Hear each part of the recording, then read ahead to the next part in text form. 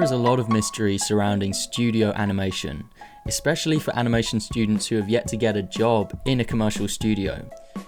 Being a freelance animator running my own independent business, I see myself as someone who exists a little bit separately to conventional animation studios.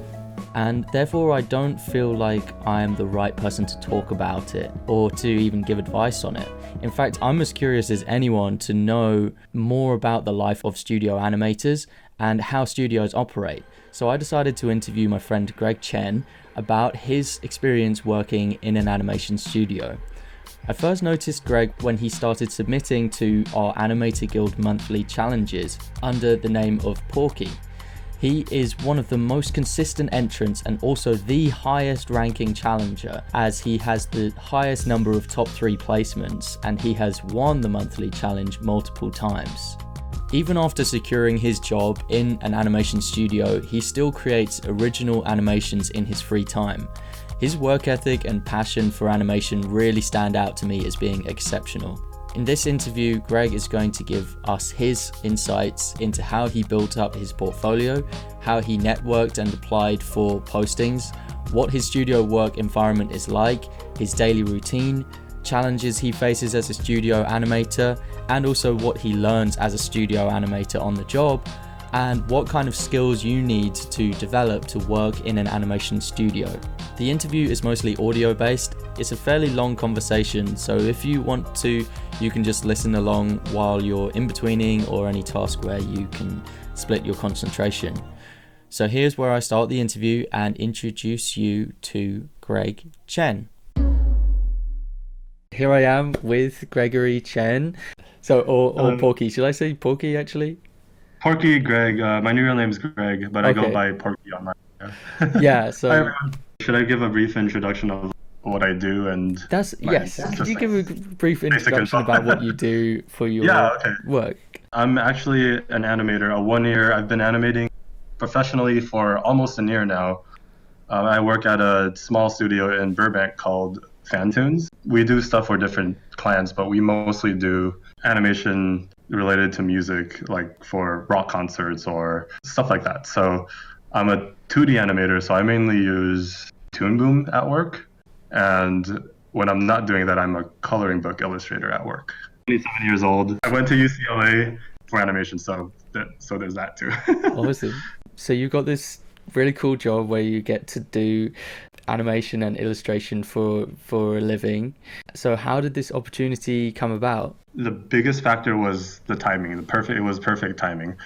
You sometimes often hear this from people, whether or not you're a professional. It was the right timing. It wasn't. In my case, it was definitely the right timing. Specifically, they had a huge project. They had a really big project that they needed people. They needed animators. So I took a paid test, and I was recommended by a friend back from home, not from school, but from home, who had that connection. I did the test. At this point, I had taken, I think, about 3 to 4 animation tests. About 2 of them. One of them was a background test. I think about 3 of them, 3 tests in total. One was a storyboarding test for Shadow Machine, the guys behind BoJack Horseman. I didn't get that one, but it was embarrassing because that was my teacher who recommended me back at UCLA. I got another one from Cartoon Network. That was from another friend too. I just didn't hear back from that one, so I didn't get that one. It's stuff like that. So I went through a bunch of that kind of stuff until I did this one. I was not expecting it. They gave me a paid test, about 2 days to do a shot that we didn't use, but I think for the sake of the test, they gave that shot to me. I had 3 days to do it, and then I did it, and I got the call back, and that's how it all started. Cool. That's really interesting, and I think there are a few different points there that we can learn from with that. And one of the interesting ones to me is that you were recommended by friends who you knew or connections that you'd made at some point in your life, but they weren't necessarily the ones you were expecting. Exactly.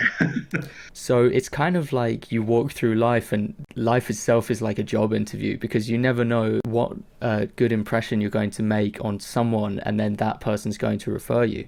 Exactly, and that's just how it worked out for me. Like, I'm not saying anything about. I am absolutely certain that all the connections I made at UCLA, those connections will be very helpful. in the future for me. But just the way it worked out was just, it was a friend from where I'm from San Diego, California, who recommended, who I think met my boss at a concert, and that's how that's how I was able to get that connection. All right. And it was interesting. Yeah. And so the studio needed a lot of staff at the time. Is that something that you were aware of at the time? Is it something, or was it just a lucky coincidence that you later found out about? I did not know that they needed people. I just thought that they were a small studio. I didn't even know what a small studio meant until I actually started working there. And I'll just go into Yeah, could you elaborate specifics. on So, that? That's interesting. Yeah. of course. So what that meant was, you asked if they needed animators. They definitely needed animators. And how much can I say? I can say that they had one animator. Really? I can say, yeah, one Just the animator, one. and they had That 12 poor minutes. animator. Yeah, he's real. Oh no, he's really good. He could probably do the whole thing. But they were very clearly, they needed people. So I think that's why they gave me the test, because and I'll just say this now before I forget. It was interesting because later on, about 2 months ago, 8 months into the job, I there was a moment with a colleague and I asked my boss, like, so why did you hire me? And he reminded me that it was because of the test I took in the very beginning. That was the reason back then, because I did ask him about, my work, my portfolio, all that other stuff that I'm doing, all the other animation and or illustration that I'm practicing. And he actually mentioned to me that he would not have hired me just based off of the reel and the drawings that I did. He actually did not like my drawings that I Oh, really? showed him, but he liked my timing, so he gave me a chance. He gave me the test. Nowadays it's different. Now I'm being trained and my stuff is getting better. I'm getting there, but that is apparently how it works. He must have seen potential in you, at least. That's the way it came off as. Yeah. Yeah. I mean, I wasn't, and so I was happy that he chose me, because so we do a lot of Western style, vintage stuff. Working here, I love that kind of stuff. I learned to like that kind of stuff. But if you look at my stuff, that you'll see it. Howard will link it later. It's very different. It's nothing like what they have. But sometimes that's not. You hear often that you're hired because you work in the same style. I was definitely not hired because I had their style. I was hired because they needed people, and that's sometimes just how it works. Sitting next, my other colleague who was here from Spain, he actually came in and he pulled out his notebook, and immediately my boss was just like, "Oh, that drawing! I love that drawing. That is the reason why I hired this guy. Is based off of one drawing. I think it was a Really? Spider-Man drawing. Just that one drawing. I think at Comic-Con they met, and that's how he got hired. Wow. So yeah, different. It's different for everyone. Wow. Before this thing started moving, before all of that, what would you say were the main crucial activities or the main crucial decisive things that you did which got you to the point of being able to get hired? Let's see. It's kind of fuzzy, but I not really fuzzy, but just overall, when I graduated, it taught me to be a director and to make my own stuff, to be my own boss. I did need that entry level job. I did need to get my foot in the door somehow. So what I did was I actually sat down every single day, self-taught, which I knew at that point was just going to be slow, but there was nothing I could do, and apply what I learned to exercises. And those exercises were what actually got me into the Animator Guild. That's the reason I joined Animator Guild in the first place, was because that gave me a good reason to do some exercises, which later became the reel that I would submit to the position that I was applying for. By joining the Animator Guild community and being sort of pushed along by them to create things regularly, month upon month, you were able to accumulate enough material to have a show reel, or at least a better show reel than you would have otherwise. Yes, and it wasn't exactly the drive that people, I was like, oh, I want to talk about my animation. I hope he talks about my animation, that kind of thing. And Howard knows how the other half was, because at the end of the day, I just wanted it really badly. I really wanted it that badly. So I did whatever I could to just do an animation. If I wasn't doing an animation, I would be studying. I'd be pushing myself to, do like 2-week deadlines for a 5 to 10 second very polished clip or something like that. Yeah. I just wanted something as soon as possible because I was sitting at home. I'd had a freelance VFX job at a stop motion studio, but other than that, I was delivering pizza. That's what was holding me off, or holding me over before I started doing this job. Yes. Yeah. Yeah, I guess the studio job now is like a dream come true compared to delivering pizza. It is, especially because when I started out doing the job, the workload was insane. To say it was nothing compared to what I was doing when I was practicing my craft to get the job. It felt like getting thrown into the fire. Every day was about 3 times as much work than Wow. say like, yeah, me doing a piece for a Twitter or something like that. It was very different. It was not normal actually, and I can say that now because I asked, is this normal? Is it normal for people to do this much work at a studio? And the answer is yes and no. I was thrown into crunch time. We had a lead animator doing the keyframes, and I would quite literally be animating everything else from start to finish. Yeah. That's a lot of animation. So it sounds like there were just 2 of you working on that. Sometimes 3, but depends on what we needed. Depends on if it was really, really we needed it or not. But yeah. So you're someone who's really had to learn how to cope with crunch time. Are there any tips you can give other animators for managing that crunch time so that it doesn't completely overwhelm them? Any philosophy or any kind of techniques that you've learned to cope with it? To be honest, I'm still learning that, but I got burnt out and there was nothing I could do about it back then. But I think now what I did was, if you ever work in a studio, it may seem hectic, but it sounds so cheesy when I say that, but you have to take it easy. So for me, like, I just took the hit. I just kept going. And what ended up happening was I got used to it. Now I'm sleeping 6 hours a day. I hope my mom doesn't see this, but the project and the schedule we had was very, very tight. We had a client meeting every week, and we had to crank out, for me, I'll just give an example. I had to crank out about an average of 10 to 12 seconds of animation from rough to colored and cleanup by myself every single day. Every day? That was I thought I really expected you to say every week then, and I would have still been surprised. We had to cut corners. We had to work smart. And that's what you do in a studio. That's what you actually learn how to do in a studio. You start working smarter. You find out what's important, what's not important. The things that you may have paid attention to may not be like the important things. So you learn to work smart. And 9 months later, I would say I'm better at that, but I'm still learning. Do you ever feel regret that maybe you're working on a scene and you see a lot of potential there, but you just have to move on? 100%. I wanted to do that head bounce, that character. I wanted to make that character somersault in the air. Yeah. Even though because it's in the animatic, and there have been many times where the director was just like, just forget about it. Just make her jump. Just make her jump. Oh, that's it. painful. We have to. Yeah. That would really hurt my soul. Yeah. It hurt you have no idea. You probably do have an idea. It hurt me to do that about 80% of the time. However, that 20% is worth it.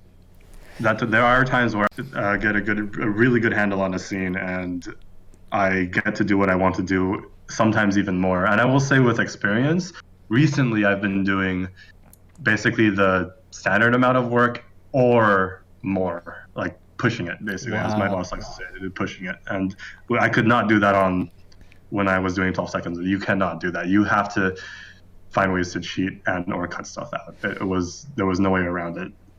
Yeah. Do you think this is a kind of environment where anyone can rise to the occasion, or does it require a certain type of personality, do you think? That's a really good question, and it could be a little bit controversial, but I'm just going to be honest. What if it had been this person that I knew, or that person that I knew? Often what comes to mind when I answer myself those questions is, it's not really about how good they are. It's about seeing if they're willing to kind of stick it through. And Yeah, it's I more totally about, agree with you, man. It's not the ability level.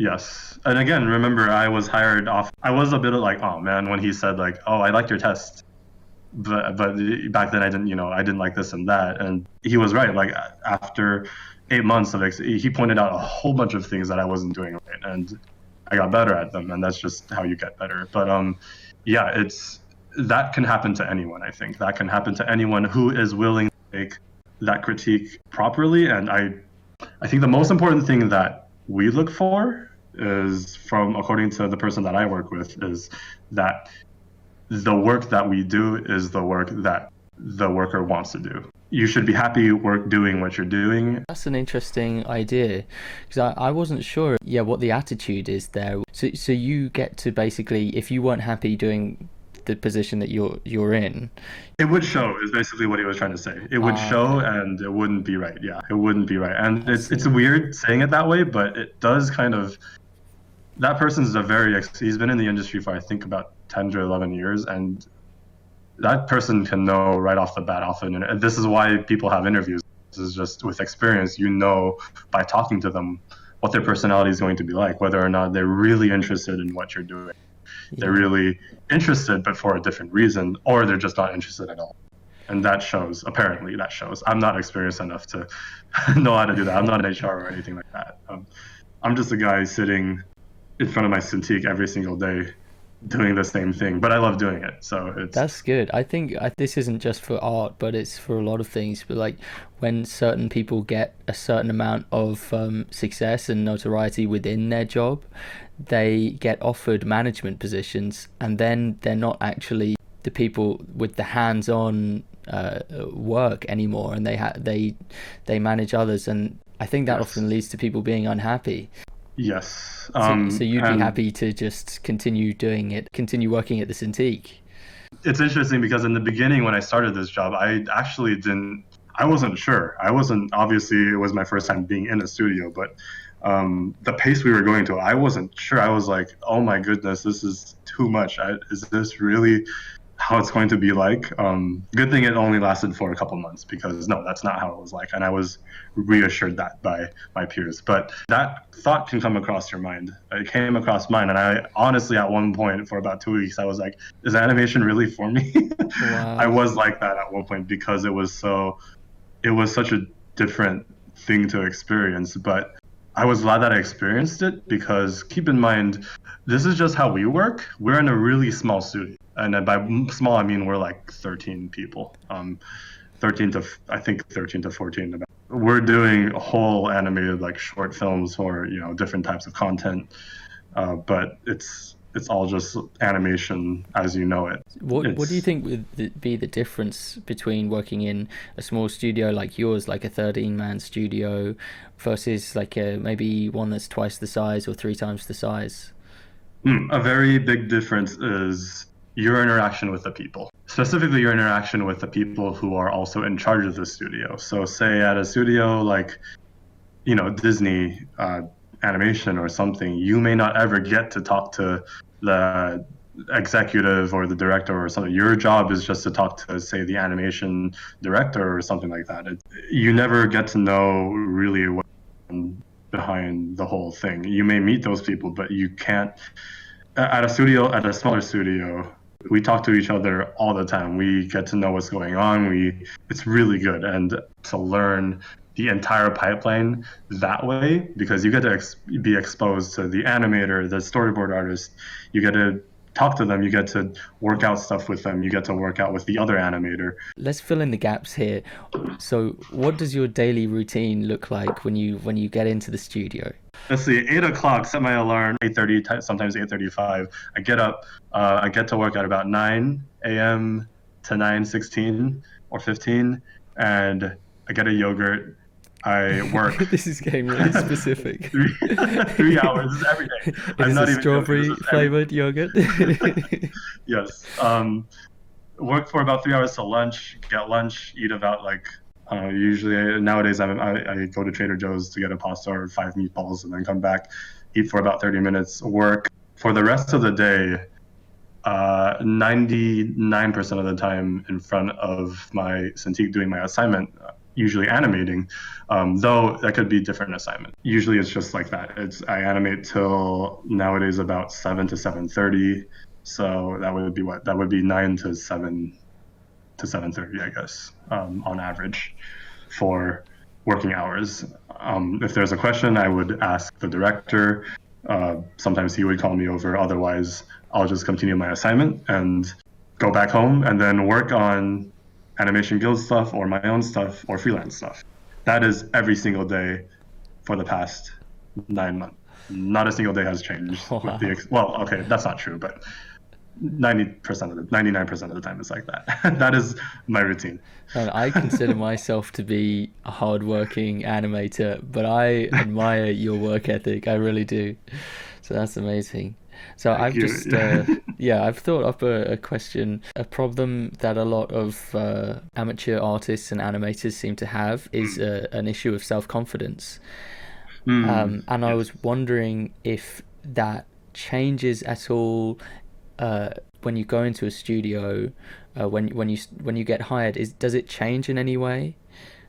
That's interesting because you're from what that question, I think it kind of stems off the feeling that if you start working at a studio, you start getting the foot in the door means you start being more confident, right? Is it kind of a validation of your skills? Because someone's saying, we're a studio and we want to hire you. Right. That is something important. If a studio does hire you for any reason, that is, you should be proud of. You should be very happy about that. You should be happy that someone trusts you to output the work at their expected quality. But to answer your question, honestly, for me, I'm not that confident in terms of myself. I'm not that confident in terms of, I never do an animation and be like, this was the best thing I did. It'll always say the best, and that's for any artist, that too. Yeah. Many of you out there know that too. It's always just going to be like that. But I would say in general, I think my confidence level, a little bit, just a tiny little bit, but not even really that much. Every day there's this artist in our studio who has 40 years worth of experience in drawing and animation. That is what I'm comparing myself to every single day. And sometimes it's really, just to be honest, sometimes it really kind of stinks to be implied or just straight up told by your boss, this is what you need to do. This is what this is the quality that you need to output. You're doing it. I've been told that. And there was one time I remember I was so happy. It was my first turnaround, first character turnaround. Oh my goodness. And it came out, in my eyes, it came out all right.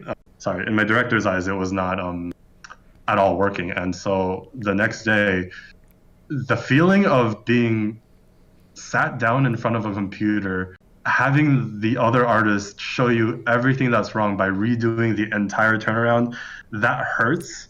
But I got so much better just watching him do it. Wow, I imagine that being really painful, but at the same time, just like a massive boost in your but that's level. Every day. That's every single day. Wow. It's not just, that's like one example. Next day could be something different. It could just be, it happens over and over again. It's a good thing and a bad thing, but I've stopped thinking about where I'm at and more thinking about how fast am I improving.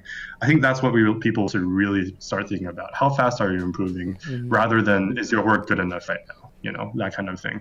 Because I think if people see that you're constantly working, that's more of an indicator that you really want it, rather than this shot is so polished, this shot is so good, because for me, my shots are never polished. There's always something that I can do more with them. So the only other way is work hard, do more. Hope that answers that. Oh yeah, that answers it. So it's really interesting that you say that, because it's like, I guess the issue of self-esteem is like a double-edged sword when you go into a studio, because you're also constantly being humbled by people who are more experienced than you, but at the same time you've got a job in this thing, and it's so you were once like a lot of the subscribers to the channel. I suppose you still are like a lot of the subscribers to the channel. I still, yeah. You are an Animator Guild champion, though. Glad and to be part of that. Yeah, so you were working on your craft, hoping to get a stable job in an animation studio. You went to college, UCLA. So now that you've gone there and achieved what you set out to achieve when it comes to the job. And you've gone there and you've got the job now, and you're on this stable employment. What's it like looking back on yourself? Are there any things that you feel like you didn't understand fully before? Any misconceptions? Did the job defy your expectations in any way? Yes. Well, yes and no, but I say yes because I had something on my mind, and I'm just gonna get it off of Yeah, me go for it. before I forget. The one thing people don't talk about when it comes to being, I guess, a good animator, a good animator could be many things. You could be good at certain things, but I think the one thing people don't talk about is turnaround. Okay, so you don't mean a turnaround like a 3D character No, turnaround. yeah, sorry. Yeah, to be clear though, when I say turnaround, in this case, I mean Just making the sure. time, the schedule turnaround. So how fast you do a piece of animation, how good it is within that amount of time. Turnaround is really important, and people don't talk. A lot of times, people are hired off of a demo reel, and they are expected to do that quality. But when the third element, I don't know why I say third, but when the secret element of being, or not the untalked element of being in a tight schedule, if that time arose, I think that really kind of threw me for a loop. I think that really taught me that knowing how to make good quality animation within a certain amount of time, I think. Yeah, because it's kind of like every animation you make in that studio is under a time limit. Yes, exactly. And I wasn't doing that, but I think back when I was doing Animator Guild stuff, it would take about a month, maybe 3 weeks within the month spread out to do one piece of animation. The fastest was like 2 weeks. But nowadays, what I'm doing outside of work is I'm actually challenging myself to do pieces within 3 to 5 days. They don't have to be colored or cleaned up, but they do have to look clear. To me, that's my standard.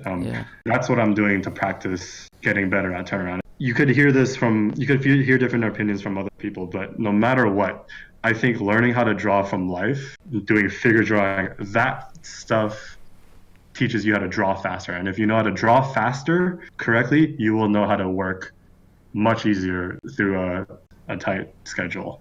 That is really important. Right, so you mean literally drawing faster, like being able to draw a figure with less lines, or moving your pencil faster over the page. Yes. I think partially my style, like a big part of my style, is actually made from just speed, like the speed of my line and me just pushing it to be faster so that I can draw more drawings in a day. It's like for me too, keep in mind too, in a studio, obviously you're not working for yourself, you're working under someone else's vision. Yeah. I remember I had the hardest time. It was really weird. The simpler the character, the easier a character looks like to draw, the harder it was for me to get it right. Yeah. It was weird. Yeah, because the shape, you could see all sorts of different mistakes. When I did that one turnaround, the character turnaround with the other artist, the shapes, you could just see the decision making and that, how the difference in decision making, and that kind of thing you have to adjust to. And I had to adjust to it working in the studio, and I got a little better. I'm not going to say it's perfect, but it's there. It works, but you will have to work in different styles. Just something to keep in mind is in a studio, you'll be working under someone else's vision, so you'll be trained to do that. And a lot of times it will be very difficult to adjust yourself to that. You may draw slow for different reasons. You may not be able to do some shots. The reason why I go home every night after work and work on my own stuff is because part of me really does, I do miss doing my own stuff. I do miss doing stuff for Animator Guild. I do miss doing stuff for, just my own stuff in my free time. And I think doing your own stuff is good and it's important to you, I think. I've just got one more question. What's the future like for you? What are your goals moving forward? I know you mentioned to me that you were interested in freelancing. It was enticing you in a little way. What's the plan moving forward? Yeah, so thank you for asking that. That makes me happy. I'm doing a lot of my own stuff in my free time, and I love the place I'm working at right now. I love the chemistry, the I plan to stay there for a good while, I think. But moving forward, I think if I were to do anything, it would be extra freelance, which may sound kind of silly. It'd be like, you already have a job, don't burn yourself out, which you shouldn't burn yourself out. But when I'm more comfortable with it, my first priority, J Kansas Studio Yada.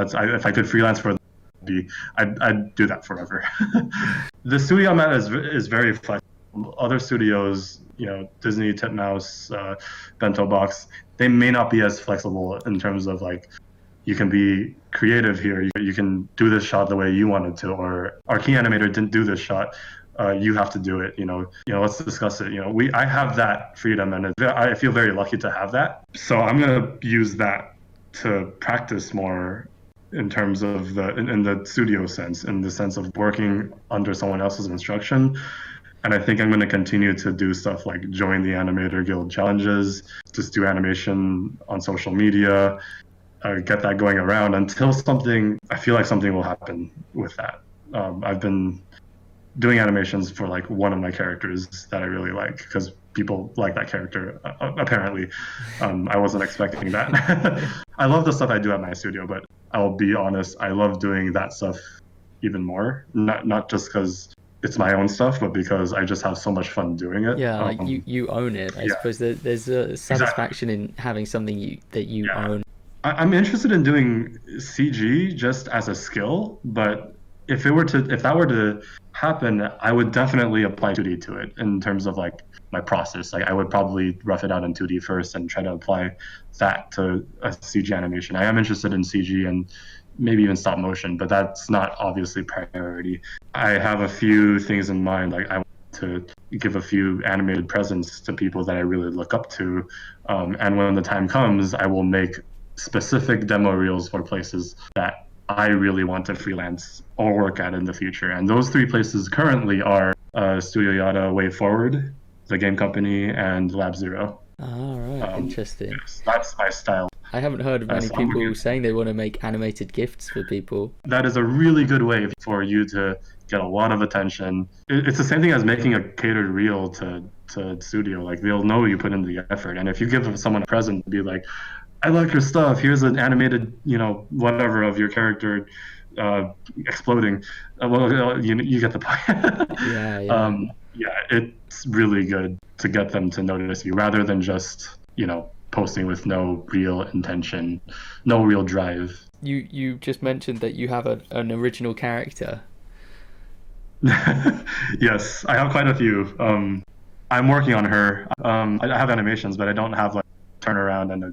How do these original characters, how are they born? Do you imagine stories for them, or do you...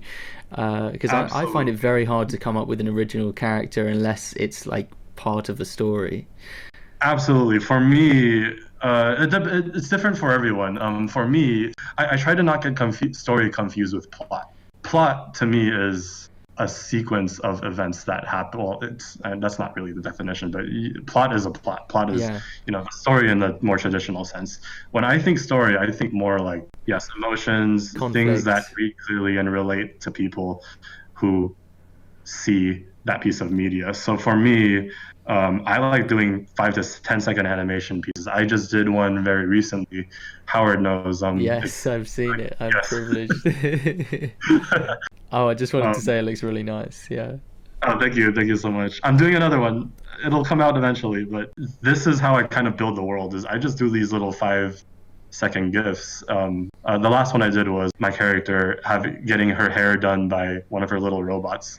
I didn't say much about who they were, but the story itself was girl gets hair done by robot, I guess. And that's like, sometimes that's all you need in a story. For a 5-second films, they do that. And that one that you did with the girl getting the hair done by a robot, I think that's my favorite one you've done. It's just thank you so really much. So charming. Oh gosh, I'm so happy that people like her.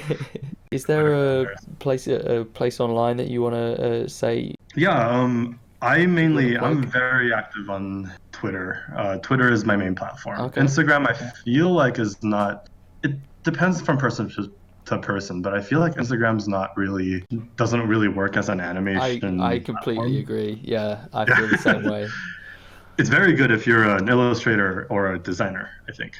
Yeah. and to get your stuff noticed specifically for those. But I think Twitter is definitely for animators. Yeah, I see a One lot of thing, animators hanging out on Twitter. Yeah. yes, and I think it's because it's very, very video friendly. But one thing to keep in mind is Twitter. I've definitely noticed this. Twitter is very people reliant. You do need some sort of leverage with like people, and that's why I say like do stuff for other people, do stuff that will relate to, for me, it was starting out, it was Animator Guild. I didn't, when I posted, not many people noticed, but I started doing monthlies, and eventually I started getting noticed through that. And I think nowadays I like doing stuff for specific people, like people that I really want to work with in the future. Yeah.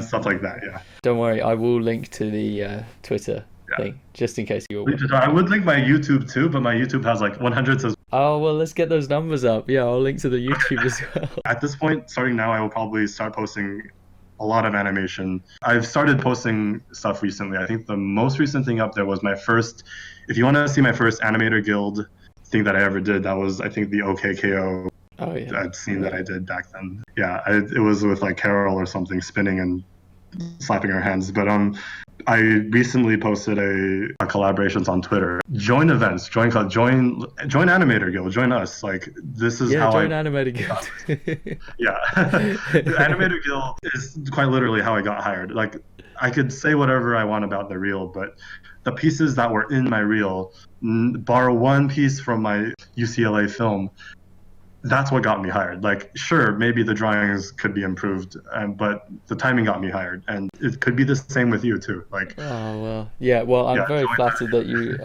credit that to Animator Guild, but it's not Animator Guild. It was from you. But I can share that story, and for me, that was NATA, Newgrounds Annual Tournament of Animation. So I joined their tournaments, and that gave me so much material for my show reel, and so I had a show reel after that, and yeah, that's how I got hired online as a freelancer, and that's how that all started. I missed out on that era. I missed out on that era. I know. I'm an old school internet animator. I was there, but I was on like Armor Games, and I was watching you and stuff. Yeah. Anyway, working with other people, what's that like? The dynamic that goes on between you and your co-workers. I mentioned at one point we have one animator, but we have a lot of people doing storyboard work and layout work too. So everyone in our studio in particular is good at one thing. Not everyone's good at everything. Those people are very rare. And even if they weren't rare, you tend to be put into the skill that you are most known for and most useful for. When I'm animating, we have a key animator doing all the keys, doing all the poses. Usually, I do the extremes. I do more. It's a weird, because when you think animation process, you think more. There's the rough animator, and there's the cleanup artist, and there's the colorist, and that kind of thing. We kind of have that, but it's very mixed up. Sometimes I can be the key animator. Sometimes I can be. They call it rough animation, but really it looks like an animatic. Just do the extremes, everything. Did you say? Yes, because sometimes that's all the information they have time for and they need to move on. So I would take that and I would animate a few more keyframes that I think are missing and then turn in that shot and do everything, turn in that shot. That's the most common process. Sometimes there have been times where the animator couldn't get a certain action right, so they gave it to me. And sometimes I couldn't get something right, so they gave that to someone else. But that had all the keyframes. So do you have a lot of people drawing over the top of your animation or vice versa? Not that specifically. We have a lot of people just doing corrections. And the way I think we do corrections is the director either says yes or no, or this needs to be fixed. And depending on the skill, so say if it's a problem with the pose, I probably wouldn't be the one to do it. It would probably be given to our animator, who's the lead artist as well, the lead character designer, because he's the more experienced, pose designer, and he would just put in a new pose and probably finish the animation.